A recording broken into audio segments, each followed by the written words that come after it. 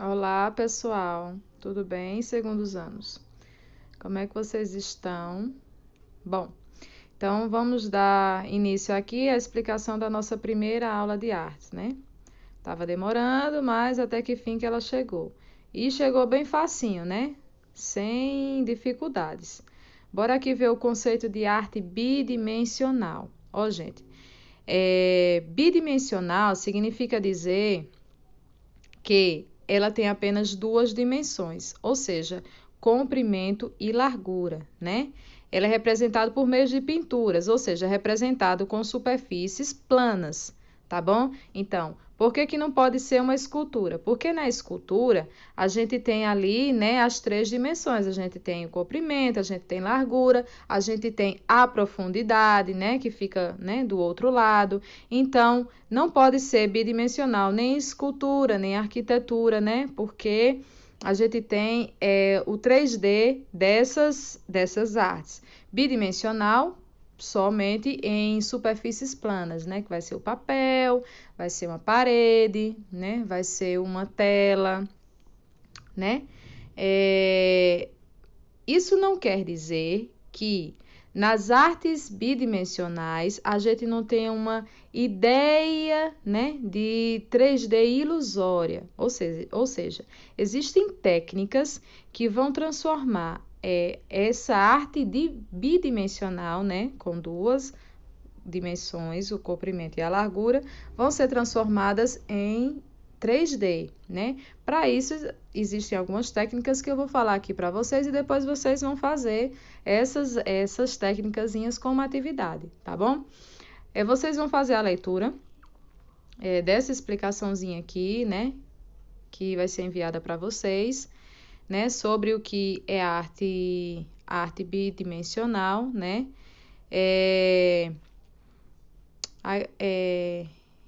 Aí eu quero que vocês analisem aqui essas duas imagens, né?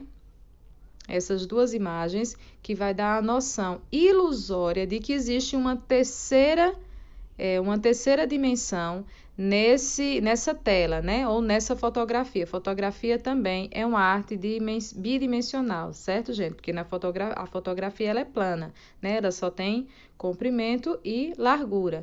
Mas existem técnicas, né? Existem elementos ilusórios na fotografia, assim como nos desenhos das pinturas, que vão nos dar a ideia de profundidade, tá bom? Quais são esses elementos, gente? Olha aqui, ó, a gente tem essa explicação. Ó. As principais características do espaço bidimensional são a existência somente de um plano, não é isso? E a presença de pontos, linhas e retas que os unem, que se pareiam e se tocam para criar figuras e perspectivas. Para contornar essa ausência de profundidade que as imagens planas têm, a arte bidimensional busca e utiliza elementos como cores, certo? Intensidade de cores, tons de cores, né? Utiliza linhas, textura, pontos para criar percepção de distância, de áreas, ângulos, proporções, comprimentos e distâncias. Então, quando alguns desses elementos, ou a soma de todos ou mais de alguns deles, nos permitem criar a perspectiva de contrastes, né, de uma outra dimensão. Então, veja aqui, nessa fotografia desse senhor, né, possivelmente tinha um flash e o flash iluminou o rosto dele. O flash funciona como elemento luz, certo? Elemento luz. Quando o elemento luz tocou no rosto do Senhor, atrás dele projetou-se sombra. Essa projeção de sombra que ficou por trás dele dá a noção de uma profundidade, tá certo? Dá aquela noção, aliás, coloca mais um elemento dimensional, que é a profundidade, né?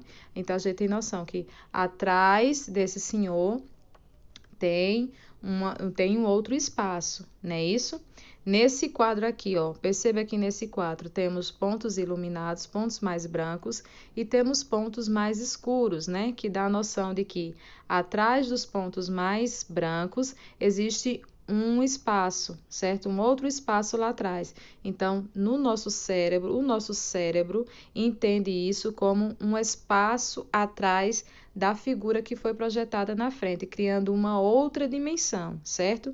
Isso a gente chama de percepção ilusória, certo? Um elemento, ao se utilizar luz e ao se utilizar sombra, se projetou, se criou uma outra dimensão naquela pintura, né? A posição que as figuras possuem no espaço bidimensional ajuda a compreender seu formato, né? Uma gravura mais à frente, uma gravura mais atrás, né? São todas desenhadas no mesmo plano, que é o papel, que é a tela, né? Que é a fotografia, naquela parte ali, naquele pedacinho de plano. Porém, a distância, né? E a intensidade de cores, de profundidade que esses objetos vão sendo colocados, o nosso cérebro vai entendendo como uma terceira dimensão, tá bom? Então, quando a gente observa os elementos numa figura, a gente diz, esse foi desenhado mais próximo, esse foi desenhado mais distante, e o nosso cérebro vai entendendo isso como terceira dimensão, né? Aí aqui a luz que eu falei, ó, outro aspecto que influencia na percepção do espaço bidimensional é a luminosidade, né? É a luz.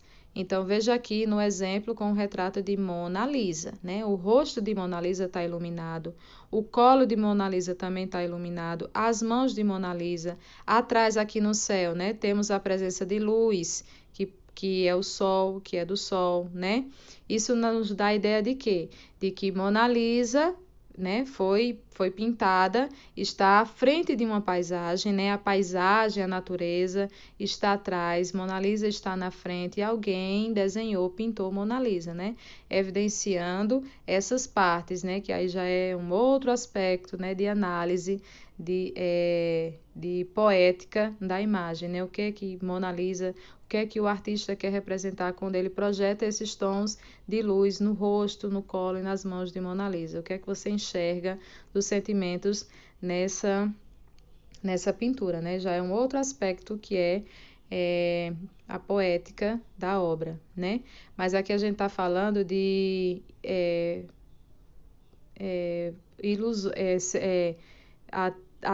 o 3D de uma imagem bidimensional, né? Aqui na tela, essa tela aqui só tem duas dimensões, aliás, que é o comprimento e que é a largura. Mas técnicas foram utilizadas para que o seu cérebro perceba uma terceira dimensão, que é a profundidade, né? Luzes, sombras, né, no esfumato, aqui na técnica do esfumato, linhas, contornos, né, objetos, a imagem ao fundo está mais embaraçada, que dá aquela ideia de mais distante, né, por isso que ela está ao fundo, né, atrás de Mona Lisa.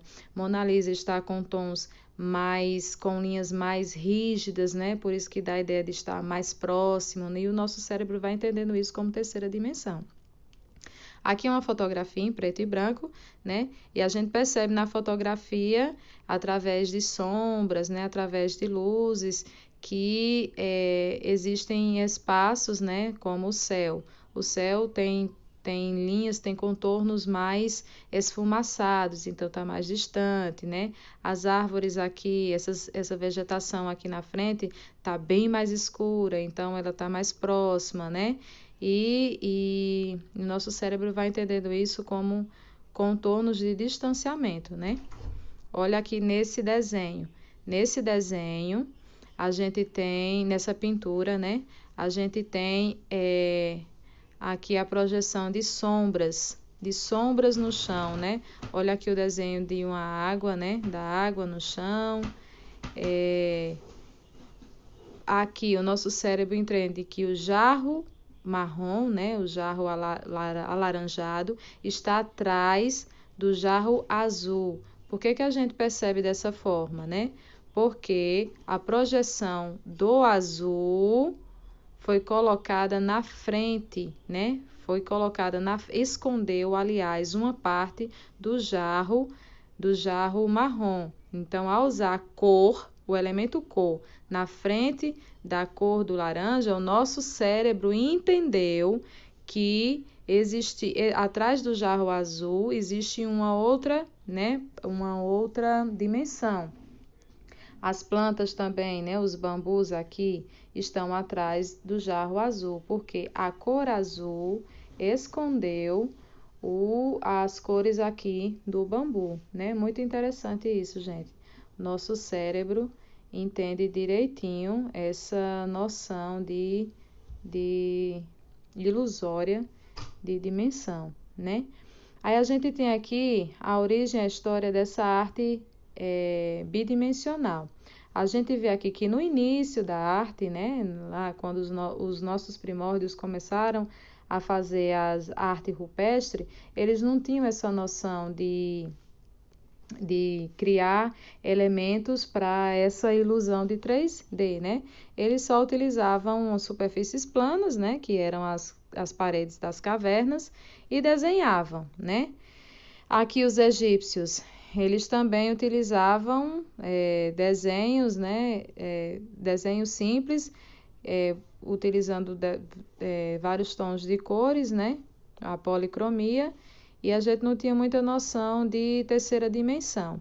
Mas aí, né, com a evolução das artes, com o Renascimento, né, os nossos artistas foram criando novas técnicas, né, foram bem criativos nas técnicas de ilusão de 3D nas nossas imagens.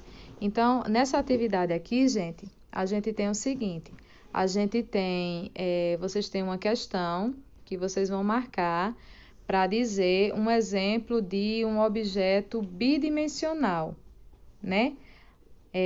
Dentre essas alternativas aqui, qual é a alternativa que a gente tem um exemplo de um objeto bidimensional?